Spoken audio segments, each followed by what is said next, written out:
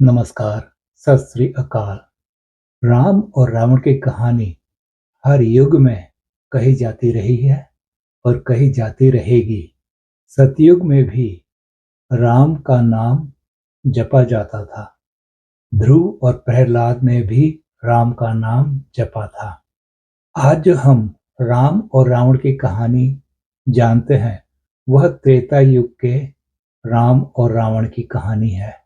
जब निरंकार निर्गुण ब्रह्म चेतना ने अपना ओंकार सगुण दृष्टमान स्वरूप बनाया, तो वहां उसने 3 गुणों का भी विस्तार किया, जो संसार के गुण माने जाते हैं, रजो सतो और तमोगुण।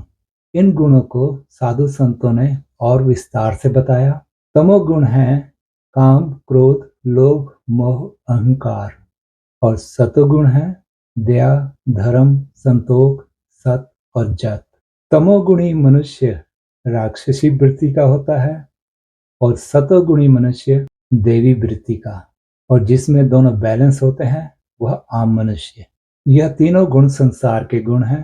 तमोगुण बुरे गुण, सतोगुण अच्छे गुण। अच्छे बुरे में ही संसार चलता है। रजोगुणी साधारण काम धंधा करता है, अपने परिवार को पालता है, ऐसे ही अपनी जिंदगी बिता के चले जाता है। उसके कर्म वहीं तक सीमित रहते हैं। तमोगुणी काम क्रोध लोभ मोह अहंकार के बस में बुरे कर्म करता है, उन्हीं को पाप कहा जाता है। फिर उन्हीं बुरे कर्मों का फल वह भोगता है और उसका जीवन नरक जैसा बन जाता है।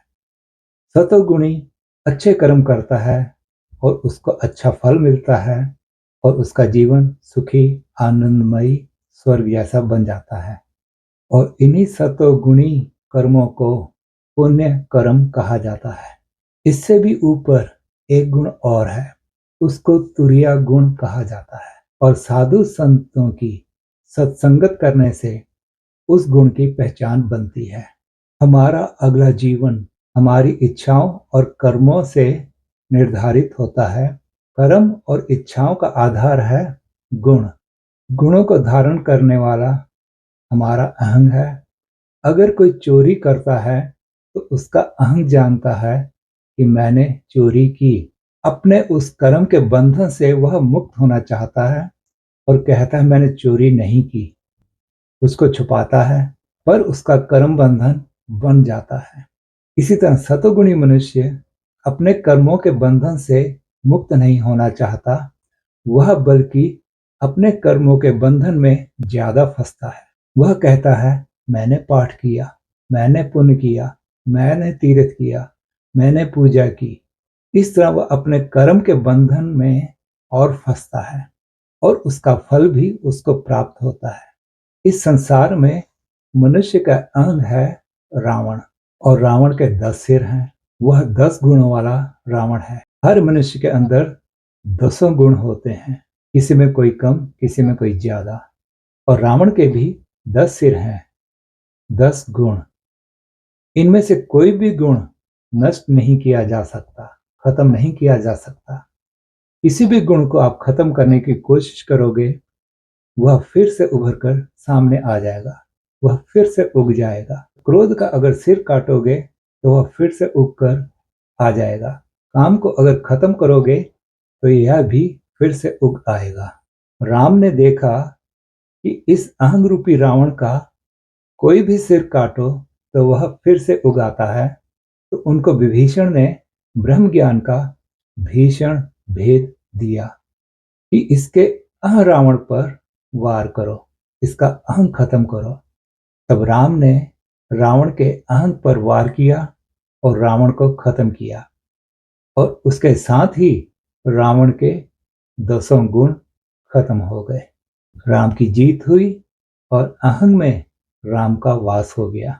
जब हमारे अंदर से अहंग रूपी रावण खत्म होगा तो हमारे अंदर राम के नाम का वास होगा। वह राम जो सदा रहने वाला है, जो कर्म बंधन से मुक्त है और जिसके बनाए सारे गुण हैं।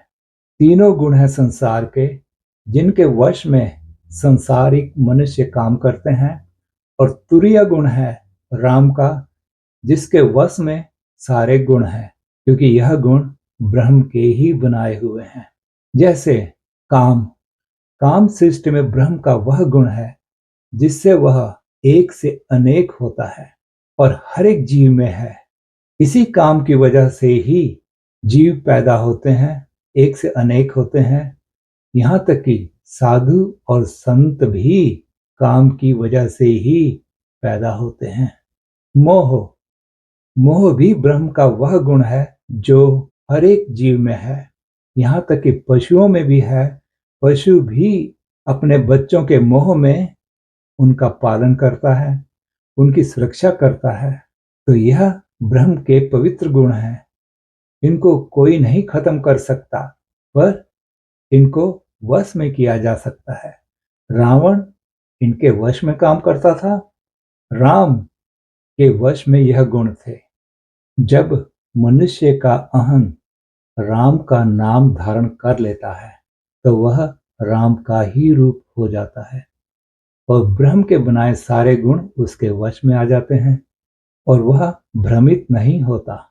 और जिसका अहंग राम का, उसके गुण राम के, और उसका शरीर राम का, उसके कर्म राम के। और ऐसे ही थे मर्यादा पुरुषोत्तम राम, और उनके गुणों के कारण ही आज भी हम उनको याद करते हैं।